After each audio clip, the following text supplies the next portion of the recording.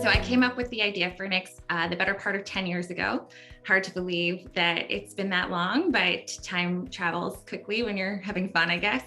And the initial insight for Knix was really when I discovered that 1 in 3 women leak when they laugh, sneeze, cough, or exercise, or that upwards of 80% of women leak during their periods. So I set out to create a net new category of great looking leak-proof underwear for women that really addressed the needs of this huge consumer group, and that also set out to redefine what a brand could be for the audience, really honoring the multifaceted nature of women today, and taking a new take on how to build brand and community with the female audience. So that's where we started. Our mission is to be the most impactful intimate apparel brand in the world that is inspired to empower our customers to be unapologetically free. And we really think about impact a couple of ways. We're constantly using our platform and voice to break down long-standing barriers or taboos, to talk about topics that maybe others shy away from, and to really set the new standard of how brands should represent women in media. And then we also think about impact in terms of the products that we make. So our roots starting in leak-proof underwear, really looking at the category as a whole and thinking about how can we bring innovation to this category? How can we rethink, redesign products so that they really serve our customers' lives? And we've taken that same focus and innovation to every single product that we've brought to market. And now our assortment spans everything from leak-proof underwear, where we started. We've been really at the forefront of wireless bras, sports bras.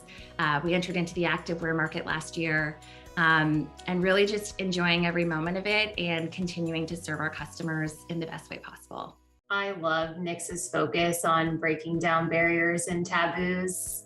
What do you see as the biggest challenges that women face today as it relates to their health and wellness? And then how is Knix there to help them along that journey? I think the biggest challenge, and there's sort of two of them that are operating in parallel.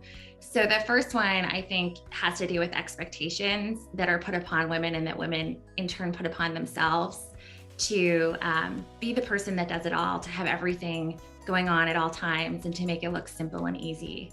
And as a result of that, and sort of combined with this longstanding trend that we really weren't meant to talk about certain things.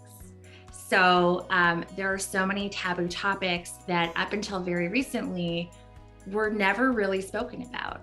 And so I think for a really long time, women have suffered in silence or sort of gone through their journeys alone. And that spans everything from, as basic as menstruation and periods and how that's been a taboo, to things like fertility, postpartum depression, menopause, all of these very integral parts of being a human that we've been conditioned to just not talk about. And so when I think about the wellness space, I really think that that's the biggest barrier to overcome, is to create a community and a space where people understand that it's normal to experience whatever it is that they're experiencing, that they're not alone, that there are solutions out there and there is community and support. And I think that that's what is fundamentally so exciting that's taking place in this space right now, especially as you see more and more brands that are being led by women who really fundamentally understand the experience and who are determined to change things for the better. It's been so incredible to see all of these women-founded, women-led businesses solving for real issues in women's lives, and just the greater conversations that we're having as a society, finding our voice and being able to speak about issues or topics that maybe we previously suffered in silence on. And then in terms of your target demographic and the size of the addressable market, I think there could be the perception that leak-proof underwear is a pretty niche category. How many women actually use the product or care about the space? Could you share more about who your consumer is, and then your thoughts on the market opportunity for a company and a brand like Knix? Well, absolutely. And I can tell you that I've heard it all. Having, started this company back in 2013 and being really, really early on a lot of these conversations, I've heard time and time again that the topics that we're addressing are niche and that they're not mainstream. And I think that, we really have to fundamentally change the way that we think about these things. Just because something hasn't yet been brought into the mainstream conversation, if it's something as straightforward as menstruation, that's such a huge percentage of our population experience every single month, we're not talking about niche categories here. And I think that leak-proof underwear, the category that we started in, is such a great example of that. This is a product in a category that I invented a decade ago that now is pacing to become a $1.6 billion category over the next couple years.